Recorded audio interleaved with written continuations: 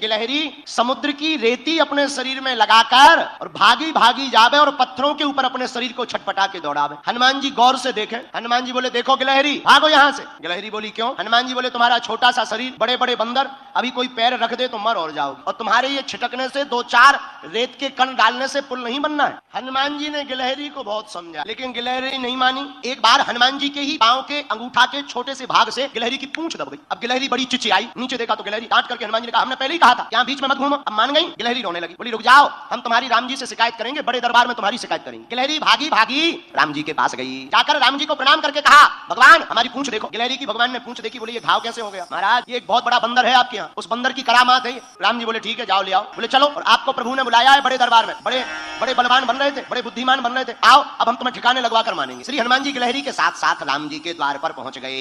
राम जी को प्रणाम किया, पर हनुमान जी ने गिलहरी से पूछा एक बात बताओ, तुम्हारे रेत के कण डालने से समुद्र का पुल बनना नहीं है, फिर भी तुम इतनी परेशान क्यों हो रही? राम जी बोले बात तो सही है, बताओ गिलहरी। गिलहरी हाथ दोनों जोड़कर बोली राम जी हमें पता है कि हमारे कारण से पुल नहीं बनना है, लेकिन इन बंदरों ने आपकी इस सेना ने बड़े बड़े पत्थर ला करके पुल बना दिया। राम जी बड़े बड़े पत्थर लगे हैं, आपके चरण बड़े कोमल हैं, पत्थर हैं ऊबड़ खाबड़, रखोगे कहीं चोट लग जाए, आपके चरणों से खून बहने लगे, तो ये बनते तो बड़े बुद्धिमान है तुम्हारे हनुमान जी, पर इन्हें ज्ञान एक रत्ती का नहीं। हम छोटे जरूर हैं पर हमें ज्ञान ठीक ठाक। राम जी बोले क्या ज्ञान है? बोले ये तुम्हारे बड़े बड़े बंदर बड़ी बड़ी सिलाएं लगा रहे, पर आपके चरण बड़े कोमल है, आप चलोगे तो कहीं पत्थर लग जाएगा, तो हम रेती जाकर के रेती उन पत्थरों की दरार में भरते हैं ताकि आपके चरणों में कोई चोट ना लग जाए। हनुमान जी को सुनकर आंखों से आंसू आ गए। अरे धन्य हो गिलहरी, आप धन्य हो, आपका भाव धन्य है। राम जी ने गिलहरी को अपनी हाथ में लिया, पूंछ के ऊपर हाथ रखा तो जो उसका दुख था, करुणावान करुणा निधान श्री रघुनाथ जी के हाथ रखते ही उस पूंछ का घाव ठीक हो गया और गिलहरी प्रसन्न हो गई। राम जी अपनी 3 अंगुलियां गिलहरी के ऊपर फिराए। जब राम जी ने अपनी 3 अंगुलियां गिलहरी के ऊपर फिराई, वही 3 अंगुल के निशान आज भी गिलहरी के ऊपर है।